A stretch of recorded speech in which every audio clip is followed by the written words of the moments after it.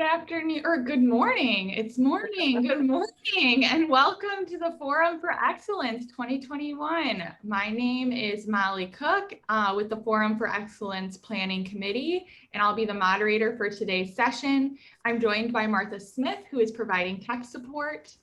This breakout session is Workforce Equity Initiatives. A couple of housekeeping items before we get started here. All of our attendees have the ability to unmute themselves, but we ask that you refrain from doing this until the end of the session during our Q&A portion. If you have questions or comments as this session proceeds, please post those in the Zoom chat and not the Whova chat. You can access today's presentation on the Whova app. This session will be recorded and you can locate the recording on our Forum for Excellence website following the end of the conference. We will post this website in the chat, but you can also access it on the Whova app under resources and forum page. If you are looking for a certificate of professional development, those will come 2 weeks after this conference. If you need a certificate of professional development, your name will need to be accurate in the Zoom meeting for attendance purposes. And so if you do need to change your name and aren't sure how to do that, feel free to message me in the chat and I can help. Now I would like to introduce you to our speakers and turn it over to them. So thanks so much for taking the time to present today. Thank you, Molly and Martha, for hosting us today. It's great to be here with everyone. This has been just an amazing conference. Really enjoyed the sessions yesterday and this morning. We're here today to talk to you about the Workforce Equity Initiative, this wonderful grant that we're very proud of. We're in year 2 of this grant, and so we're really excited to share some information about it. We have the agenda set up that we're going to do kind of a 10-minute from our panel members and then Q&A time. But please also, as questions pop in your brain as we're going through, go ahead and put them in chat and then we'll address them as we go along or at the end of the session during the Q&A time. And we want to build the community here, so please say hello and what college or organization you're from in the chat so that we can all say hello to each other. And then we'll go ahead and get started. So, my name is Dawn Kelso, and I am the Workforce Equity Initiative Project Director out of Illinois Central College. So it's my job to help manage and lead the consortium. Right now we have 17 schools that are participating on the WEI. Lucretia, you want to turn on your audio and do your own introduction? Thank you. Hi, I'm Lamarsha Jamison. I am the Dean of Dawson Technical Institute for Kennedy King College. So we are a off-site campus for Kennedy King with City Colleges of Chicago. And we are one of the recipients of the WEI grant for workforce equity. I'm here to really give you guys an overview of what the grant has done for us and our students entering construction, HVAC, or some of the more of the technical fields. And Candace? And good morning, everyone. I am Candace Silas, Director of the Open Door Mentorship and Workforce Equity Initiative at Lincoln Land Community College in Springfield, Illinois. So glad to be here to share with you how the WEI grant has definitely changed the face of our institution as well as our community. So welcome. Awesome. Thank you, Candace. Okay, so just a little bit of background on the initiative. In 2019, a Public Act provided for $18.7 million to respond to the increasing need to ensure workforce equity for African Americans in Illinois. This was a response to maybe you're aware of the Illinois Community College Underrepresented Report, which noted across all minority groups in 2019, minority CTE, Career and Technical Education Program graduates accounted for 37% of completers. And among these, only 12% were African Americans. So you'll see this data kind of cited in any of the NOFOs that are released, the Notice of Funding Opportunities that are released for the Workforce Equity Initiative. And this is the main reason that the Illinois Legislative Black Caucus championed the Workforce Equity Initiative and helped push forward these funds to be made available. ICCB administers the grant, and all 48 community colleges are invited to participate. The first year we had 15 colleges meet the requirements and participated on the grant. And then the second year we had 17 community colleges. Illinois Central College was selected as the lead of the consortium. And so that's where my job comes in to help manage some of the programs that we offer for the consortium. You can see our WEI consortium logo here. And we've just had a wonderful 2 years of building colleagueship, consortium meetings, quarterly meetings, community of practice sessions, best practice sessions. We share spotlights of students. We have equity training that we do within our consortium. And it's been a wonderful experience for all of us. So here are the 17 participating colleges currently. And I put a note, the asterisks here are showing Kaskaskia was added to the second year of the grant, and then Richard J. Daley was added in the second year. And besides that, the others were the original 15. The WEI purpose, the purpose of the grant, create, support, expand short-term workforce training opportunities. They can be credit or non-credit opportunities. And they're in high-need communities focused on specific sectors with identified workforce gaps. And you're going to hear about these programs from Lucretia and Candace and what that means on their campuses.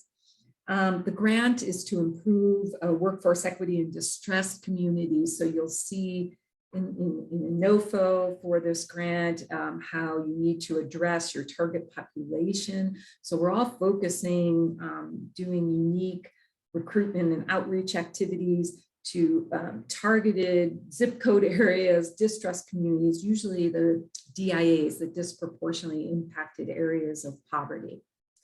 And then a key target is to serve African-American population. We have to hit at least 60% of our participants are African-Americans, and we've been doing really well. Our collective outcomes right now, we're at 74% African-American participants. The grant really supports a variety of instructional strategies, accelerated programs, stackable credentials, industry credentials, pre-apprenticeships, apprenticeships, bridge programs, competency-based programs, incumbent worker training, and all of them have to have some sort of essential skills training component. And that's been wonderful to see what all the schools are implementing for having essential skills training for all their WEI students. Here's some of the criteria that schools will have to meet when they do their proposals. As I mentioned, that targeted population, the DIAs, the disproportionately impacted areas of poverty, and also looking at the high rates of arrest and conviction, incarcerations. There's lots of good discussion about best practices with working with students with ex-offenders, etc. And then desired outcomes for the grant. So employment after completion. Boy, that's the tricky part, right? Employment after completion of the credential aligned with the regional workforce gap that provide a full-time job paying at least 30% above the regional living wage or is on a pathway to a family sustaining wage. So that has been a huge focus of the consortium, the work of the consortium, really trying to share best practices for employment strategies, for building employer partners, for reporting, for placing getting students the support that they need to apply for jobs for their career development assistance. And then also just tracking all of that, which during the time of COVID was extremely difficult. We were able, in our first year grant, we hit a 60% completer rate, which wasn't too bad when you consider we had all these students going and then everything was shut down. So we did collectively hit a 60% completion rate. And then we hit an employed rate of the completers at 64% employed. And we're hoping to improve that in that year 2 grant. We're all working very hard on our strategies. The other desired outcome is that it's an accelerated for the targeted population to go through their programs. And they've gone through a week to 2 years of training. So there's a variety of instructional strategies, a variety of programs being covered on the grant. Here's some of the project outcomes that we're really, really proud of at this point. This is as of June 30th. We just did some of the analysis on our collected reports. We have very strong demand for WEI. The work that you'll hear, hopefully from Candace and Lucretia, they can comment on this, but some of the new marketing that they're doing, the recruitment and outreach efforts have been incredible to see what the schools have implemented under this new grant and being supported by this new grant. And so the applications have been incredible. We had 5,200 students enrolled, and we're at 99% of our combined goal. We have through March to still collect our student enrollment and our completion and employed figures. So we know we're going to pass that goal by quite a bit. 3,800 African-American students already, surpassing our goal, and we're going to continue to do so as we collect outcomes through March. And then, as I mentioned, 74% of our participants are African-Americans. We're exceeding the goal of 60%. So now the tricky part, getting into completing the programs. We've got students still in fall programs, and then some that will be starting in the spring. So hopefully getting up our completer rate, surpassing that first year grant of 60%. We hope that we can have even better results in that second year. And then college and industry credentials earned so far, you can see that, and we'll be collecting more. And then, but that real success factor, watching all of the students, the learners that have been employed because of the training that's been supported by the grant. And we have to carefully monitor our average hourly wage reported. So all the schools have their MIT targets and plus 30%, because we're trying to go 30% above the living wage. And so everyone is carefully monitoring the outcomes of the programs and what those hourly wages are. Some of the impact that we've seen, this image on the left here, we have an impact brochure, which is really nice. And if you're interested in this grant and wanting to really learn more about it, I recommend that you go to our website. I'm going to show you the URL link very soon. And we have an impact brochure on the website. So that really gets into the changes that have been made by the different schools, and then a lot of the student success stories, learner success stories. But what we've seen, and Lucretia and Candace, you can probably speak better to this than anyone, but the flexibility of the grant has really promoted equity. So ICCB just did things, it felt like a little bit differently for this initiative, really trying to promote equity. And so there's a lot of flexibility there to really encourage innovative practices from the 17 different schools. We're removing barriers to education. The grant, they'll cover stipends and tuition and transportation and childcare and all sorts of a variety of assistance programs. We're doing a lot of wraparound services. There's a lot of schools that have community-based organizations that they're partnering with. And so, a student is coming in, the intake process, but being assigned a community outreach manager that's also working with them, or a success navigator. Candace, you guys have the navigators you can talk about. And so there's a lot of that going on to remove any barrier that the student is coming across, and assisting them in a variety of ways.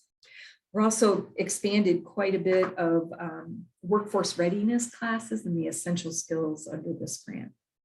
And we do believe it affects institutional change.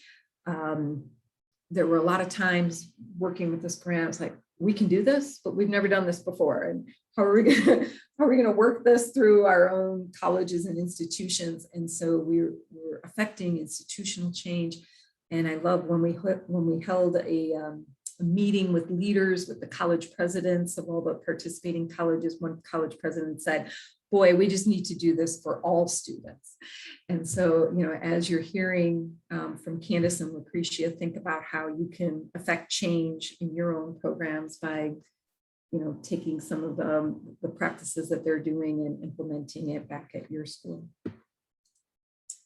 And so, of course, impact on students' lives has been incredible to see pictures from left to right, a learner from Lincoln Land. Lucretia, this is one of your former WEI student from Kennedy King, in the middle from Parkland. We have from Joliet Community College, and then Wright College. So the experiences have been varied, diverse. The impact that the grant has had has been varied and diverse. And I welcome you to read some of the spotlights that we have on our website.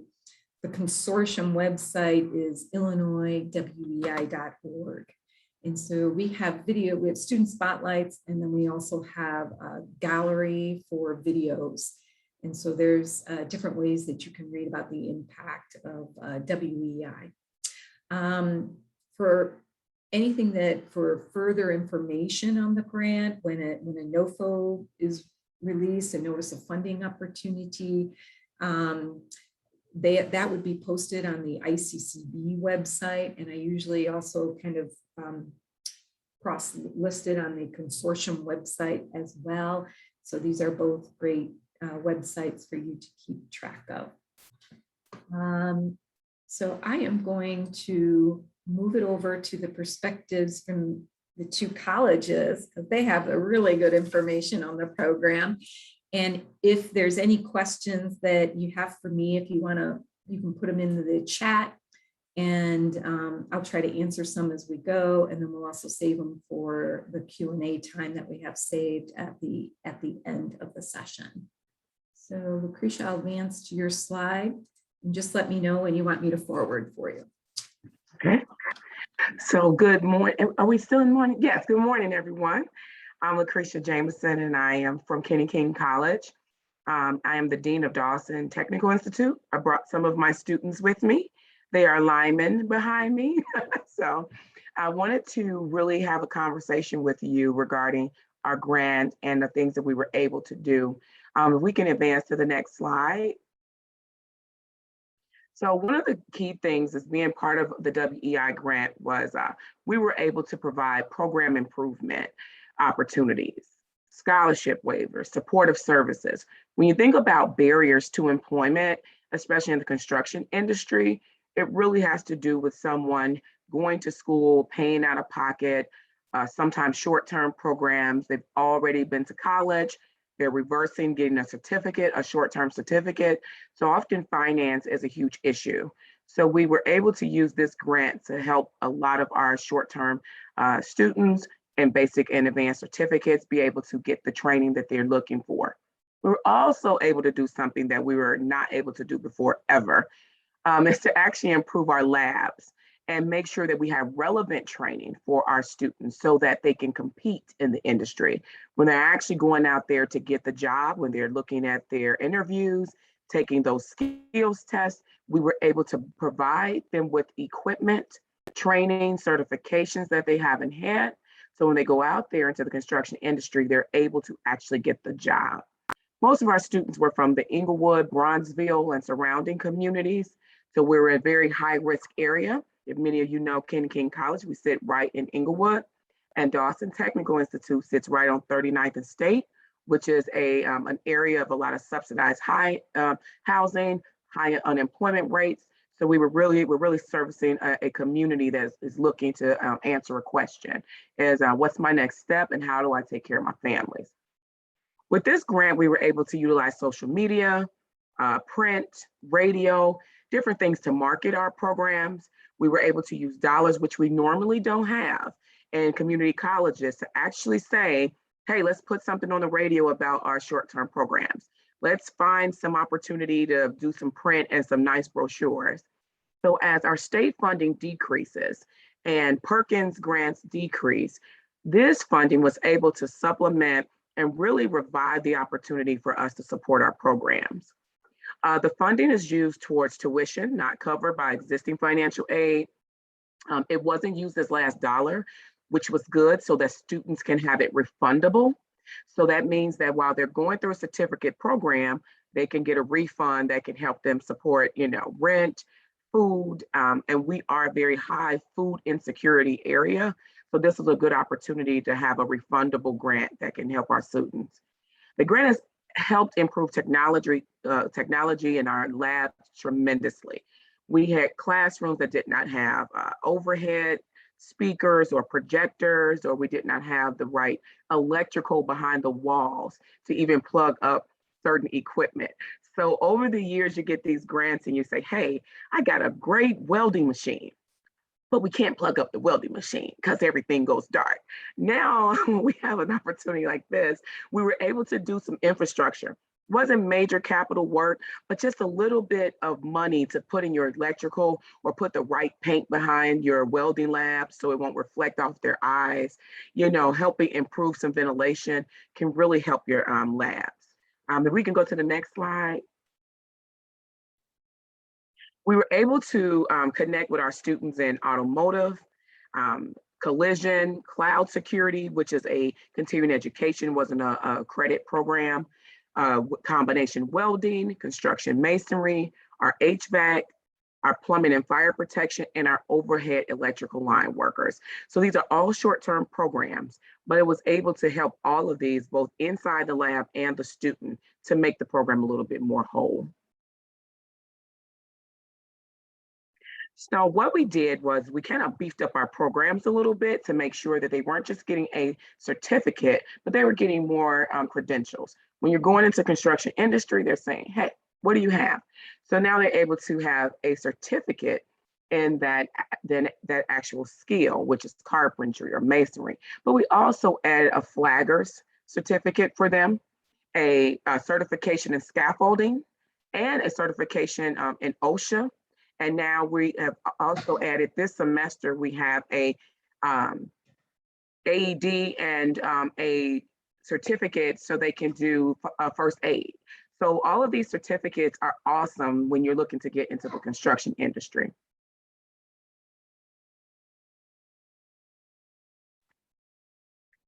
Our students were mainly African-American. Now, I know that we're Kennedy King College, we're 78% African-American, but in the construction industry, there are more minorities that look to get in. So we had a lot of Hispanic students in our programs and even white students, but we had the majority of 67% African-American. We were able to provide 83 completed programs, unduplicated, so that was pretty good. And our credentials were 112 credentials altogether.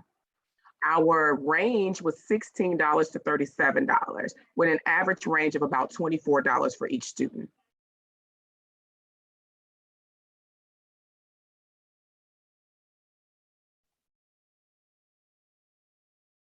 So right here, I want you to advance and see where we were. This is just paint and some new equipment, but if you see where our labs were, and to see where they are today, this is an amazing situation. It's been since 1968. I actually seen a documentary for Dawson in 1982. Our labs look exactly like that. So this is just awesome. And it took some simple paint from Granger in order to make it look more appealing, to increase enrollment, and to have a more relevant lab for our students.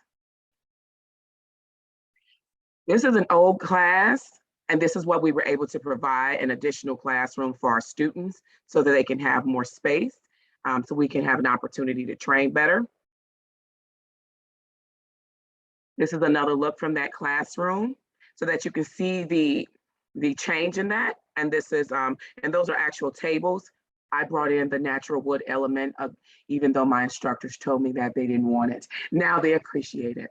But it's certain things like that that makes our students come in and say, wow, this is such a nice place. And they feel confident that they'll get the training that they deserve when it looks a little better as well.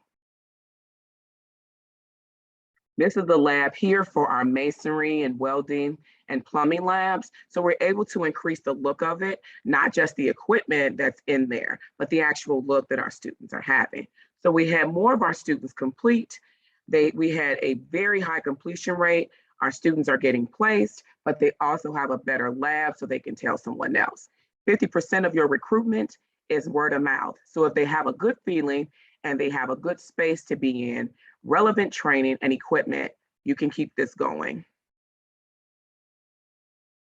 This is someone you should know. This is Leo, one of our students. He took our plumbing and fire protection class, and he came in, he was doing some work with his uncle, few things here and there. He was trying to figure out how to make this all work.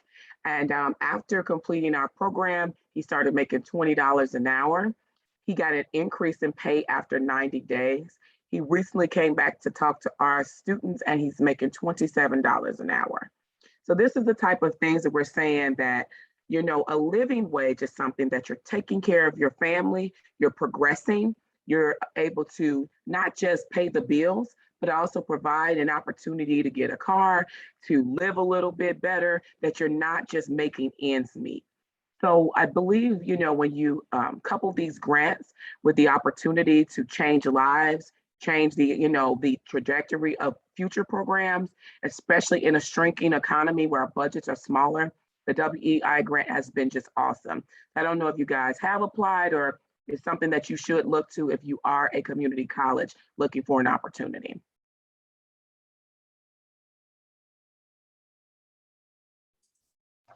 Thank you. Thank you. Candace, you ready? Yes. Lucretia, I love hearing about our programs. I get excited when I hear from our consortium colleges.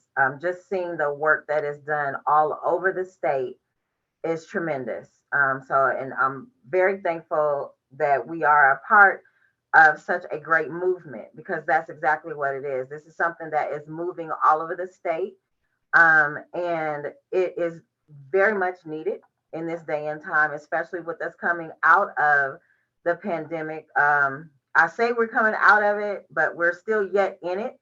Um, so we are just looking forward to the future. And that's one thing that we wanted to make sure that we put out in the community, was that we are not only changing lives, but we're building futures. Next slide. And so what Lincoln Land, what we have same program as the rest of the other 16 colleges, but we really wanted to hone in on the wraparound services, especially in this day and time. We know there are so many barriers that our students are facing, and we wanted to make sure, I know that's a lot on that slide, but I wanted to make sure that I stress the fact how much our students need, you know, in this time in order for them to get a decent job, in order for them to try to build their future. There are so many services that are needed, and it was through the WI program that we are able to have funds to do some of these things. Our colleges don't come with departments a lot of times that are able to, you know, assist in emergency funding or, you know, things like that that will hinder a student from coming to school, but not only coming to school, but also landing the job. So Lincoln Land, we beefed ours up just a little bit. We know the state mandate for WEI African American participation was 60%, but we went a little bit higher and we did 75%, just because we know the need in this area is so, so high. Next slide. One thing that I did want to mention, when we first received round one of funding, it was pre-pandemic. So everything was fine. The economy was going, everybody was going on their merry way, and things were really, really going great. March 2020 hit, everything stopped, programs stopped, students stopped, coming to school, jobs were lost. But we did get through that time. But noticing when we went into WI2, students weren't coming to the program like they were before. And so we had to do some things different. I had to really look at how we were marketing our program, where we were marketing our program through, and how we were going to reach those students. And so I did a whole media and marketing campaign. As Lucretia said, it did allow us those funds that we could do some targeted marketing for the students that we need. And so we did billboard series, we did sides on the buses, we did commercials, we did TV spots, we did radio spots, magazines. We did all of those things, and we took them to the targeted community, exactly where they would see them, so that they would see a billboard such as that and say, hey, I think I need to make a change. And so we also use this opportunity to get information in our employer partners' hands as well, so that they had tangible information that they could give maybe one of those employees that were on one level, but they seen the potential and knew that they would be able to rise to the next if they had a little bit of help. And so we were able to market it through our employer partners as well. Next slide. And so here are our programs. We have two sectors that we focused on. Health professions definitely is one of our major industries that we are putting students through our programs, as you see here. And I also wanted to list the short time. As Dawn and Lucretia said, we are looking for short-term accelerated programs so that we can get folks in, get them credentialed, get them employed, and get them right into work, making that living wage. And so you see that there are short-term high demand, and this is what is in demand in our area.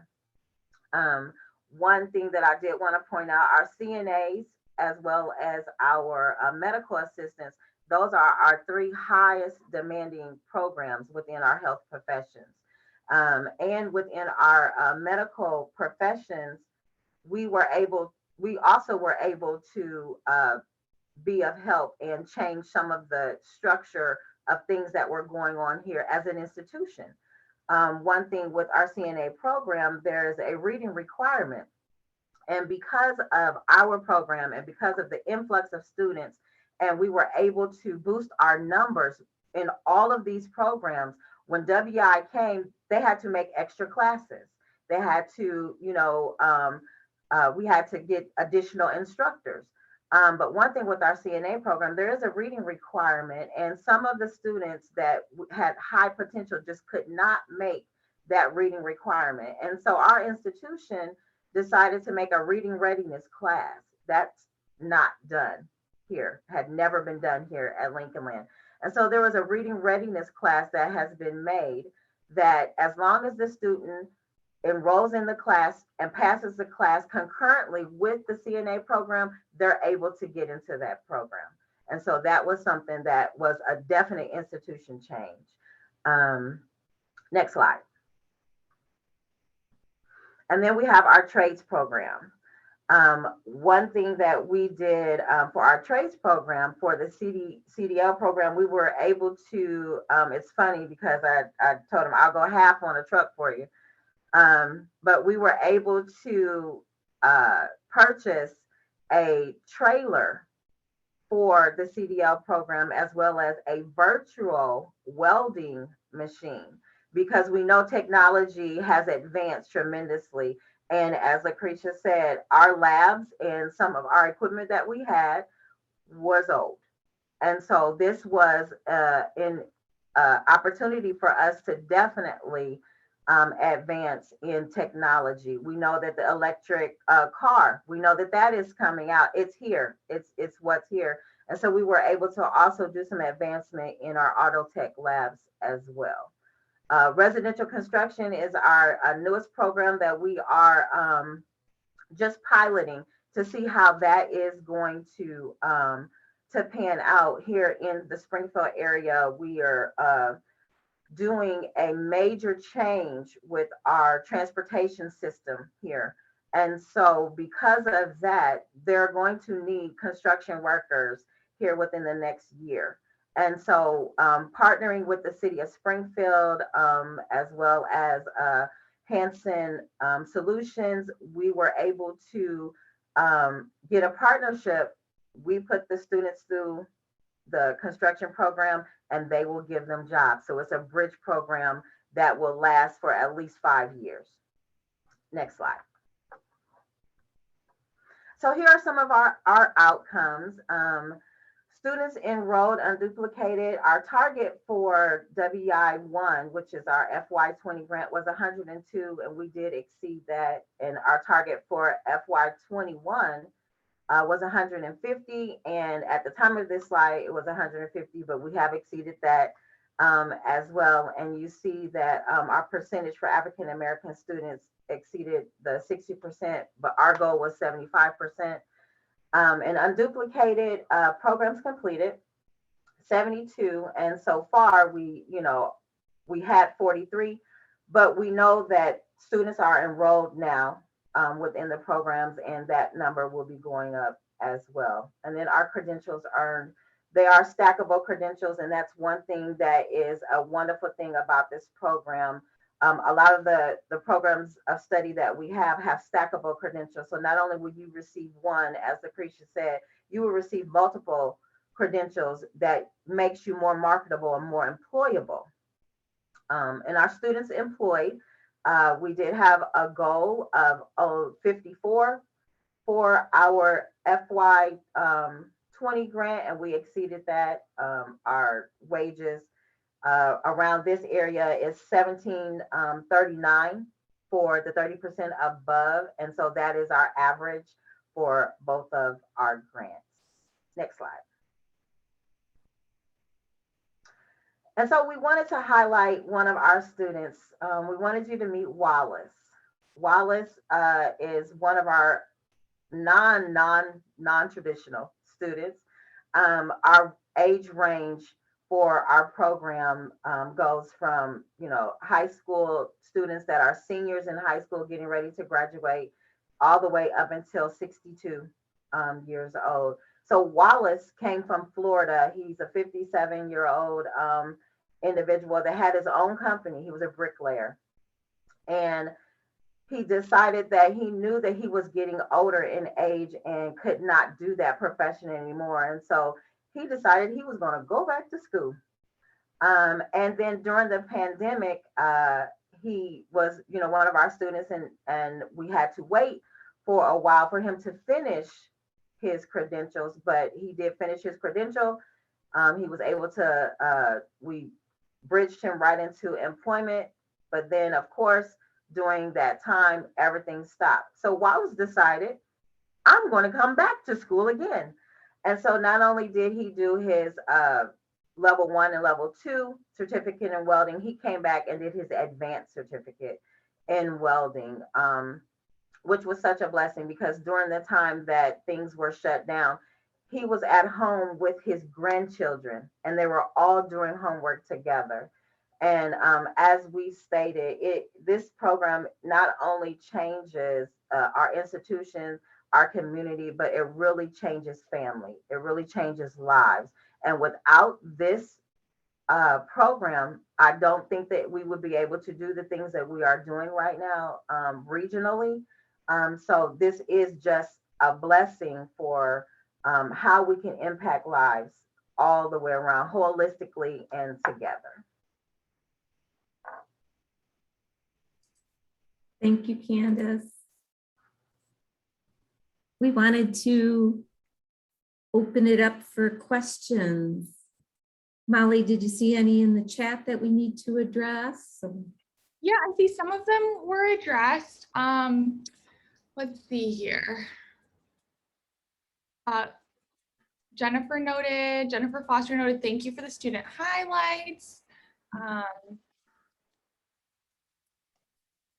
I would like to say while we're saying that the grant is very flexible too. So during the pandemic, we all stopped, but we had to repivot. So our plans as colleges changed. Yeah. I feel like it was so great that our funders were able to change with us because we had a lot of ideas and plans that we wanted to have, and we had to totally change that.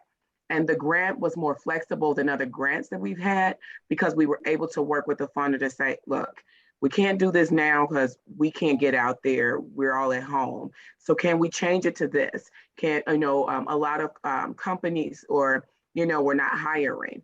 So we're not able to place our students. So can we, turn some things into work-based opportunities, or can we change some of our programs to different types of programs?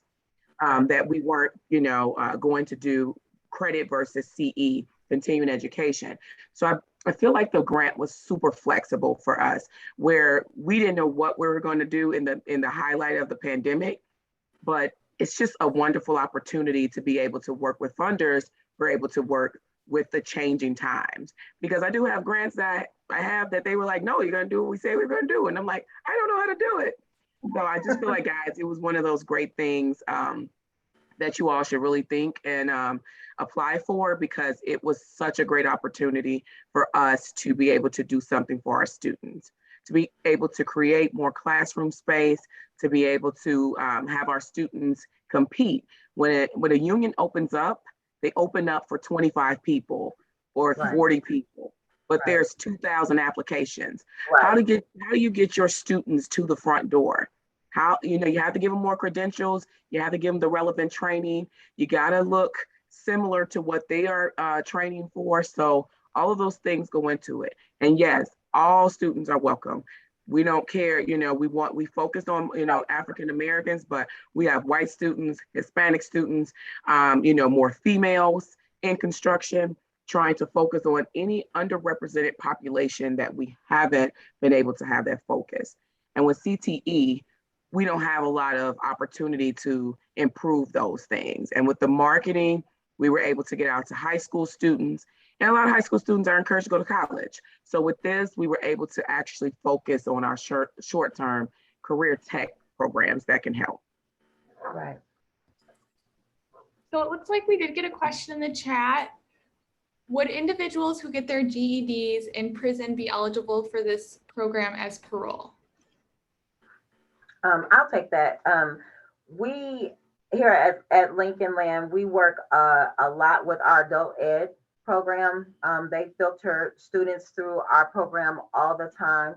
And it in the industry and our employer partners that we have, that was one thing that we knew was going to be a barrier. Not everyone are come from the same background, and so we were able to make sure that we have employer partners that will hire second chance students. And so we do have those employer partners that specifically will hire those individuals. It just depends on which field that they do want to go in. But if it is a field that they are interested in, that's how you do that. That's how you get your wheelhouse of employer partners or your community-based organizations, so that you'll have a whole gamut of things that you can choose from where to place the students. You can't just put all your eggs in one batch. We've seen that when the pandemic hit, we had to really try to think, where can we place the students? We were, placing students in the hospitals for our healthcare industry, but the hospital stopped. You couldn't do anything. So we had to go a little different route. Same thing as Lucretia said, when you are doing construction, if you have those construction companies who will look at your credentialing, they look at your now, they don't look at your then, we're able to partner with those individuals. So yes. Perfect. So we got another question in the chat box as well. What is your most successful program for the students to get them into the workforce? Well, I think that with us, of course, construction, because nothing stopped when the pandemic hit. So construction was good. The only problem with us was that the union stopped. So we did a little bit different way. We were able to work with employers to see if they can sponsor our students into the union, or we went through non-union employers and contractors so that the smaller employer can get students some opportunities and still give them a living wage. I know with city colleges, our cannabis program was really good at Olive Harvey College. So we had a lot of different opportunities with healthcare, cannabis, construction, some of the things that kept moving along when it came to the pandemic. So I think that that was really good. And also when you think about the lineman program, power always has to be of importance. So we concentrated on that program because companies like ComEd, NIPSCO, which is the Northern Indiana power supply company, they're all looking for linemen. So we did do a flip and say, hey, let's try to focus on some linemen. They make an average of $75,000 to $80,000 a year. So we're able to help students get opportunities through there. This program is actually, this grant has actually helped us go from 15 students in that program to now 30, where our vice president had to tell us, hey guys, you got too many people in your class. Our limit is only 25 per instructor. I was like, yay! So I got good problems. So we did focus on some, so we did focus on some programs that can immediately get them work that were pandemic friendly, we call them, so that our students can keep moving. So I know that Olive Harvey had a wonderful cannabis program. We had healthcare at Malcolm X, and at KKC, we really concentrated on construction. And at Lincoln Land, our most successful program is our CDL program.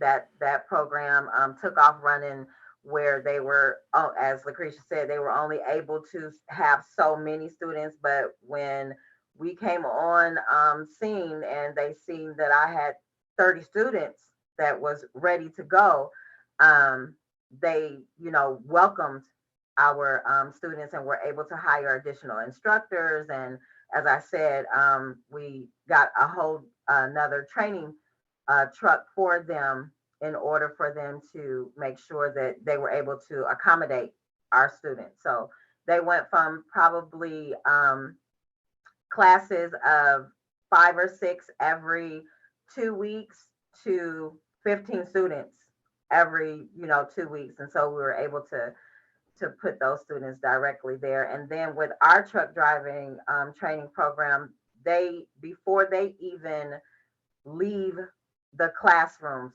before they even test, a lot of them have job offers. And so that was, and making 75, 60, 75, $1,000 a year. Even our local students who wanted to stay local, they are still able to make above 30% above living wage.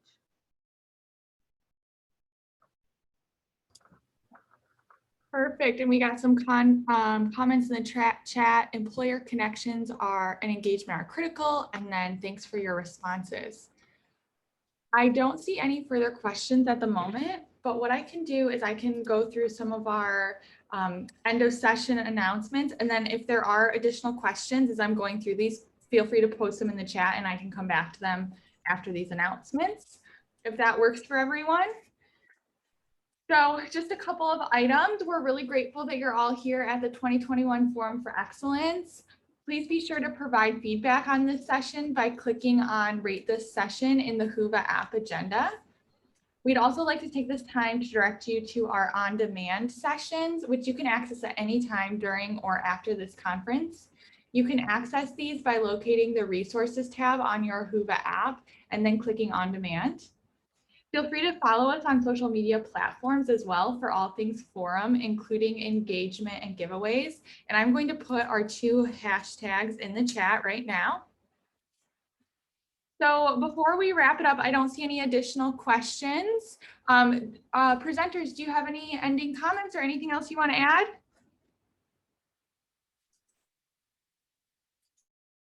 Thank you very much for joining us and learning more about WEI. And our email addresses are here. Please feel free to follow up with us individually if you want to have any further information. And I hope that everyone enjoys the conference. And thanks, Candace and Lucretia, for preparing your slides and doing everything. It was wonderful to be co-panelists with you. Appreciate your time. Thanks, Dawn. Thank you. All right, thanks so much, everyone. And I see that someone posted in the chat they did not have access to Whova, so feel free to pop off, but I will put directions for how to get into that Whova app in the chat box right now as well before I close it out.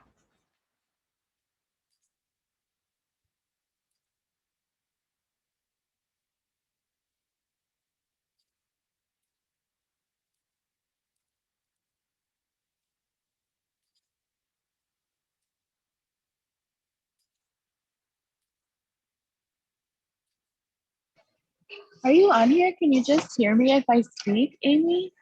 Or Hi, yeah, I'm putting a link in the chat that will allow you to get to Whova. yeah, because when I went to the Hova app, it asked I downloaded it and I actually